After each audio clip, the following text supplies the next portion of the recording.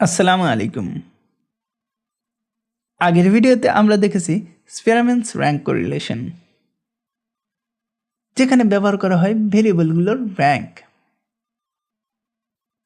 এখন আমরা আলোচনা করব ক্যান্ডেলস্টাউ র্যাঙ্ক কোরিলেশন।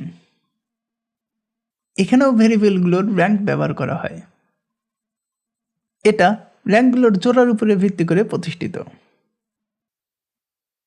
যেখানে পরীক্ষা করা হয় জোড়াগুলো কনকর্ডেন্ট অর্থাৎ সামঞ্জস্যপূর্ণ অথবা ডিসকর্ডেন্ট অর্থাৎ অসামঞ্জস্যপূর্ণ।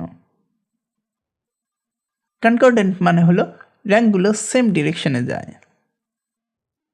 ডিসকর্ডেন্ট মানে হলো র্যাঙ্কগুলো অপোজিট ডিরেকশনে যায়।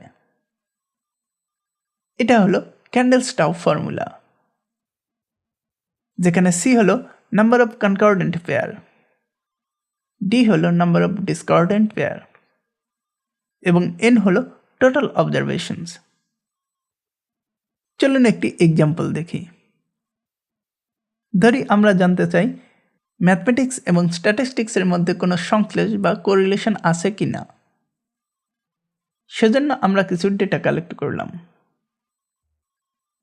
এখন আমরা ডেটাগুলোকে হাইস্ট মার্ক অনুযায়ী র্যাঙ্ক দেই। এবারে আমরা কাউন্ট করি পেয়ার। যেহেতু আমাদের অবজারভেশন হলো 4টি, তাই এন হলো 4,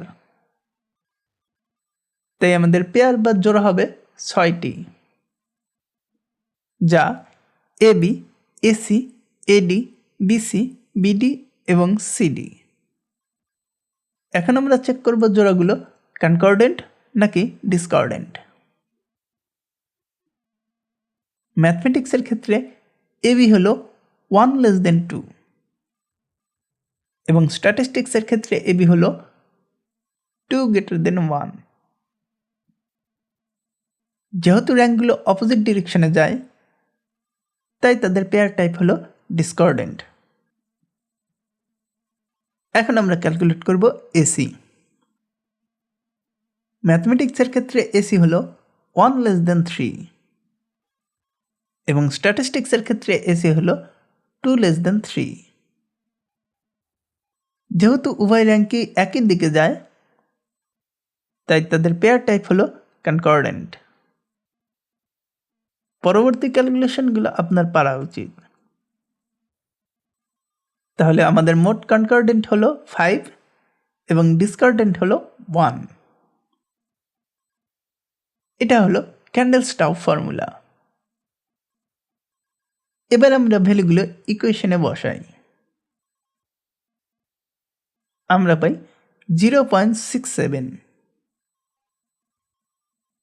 তাহলে আমরা বলতে পারি ম্যাথমেটিক্স এবং স্ট্যাটিস্টিক্সের মধ্যে স্ট্রং পজিটিভ র্যাঙ্ক কোরিলেশন আছে। ভিডিওটি দেখার জন্য ধন্যবাদ।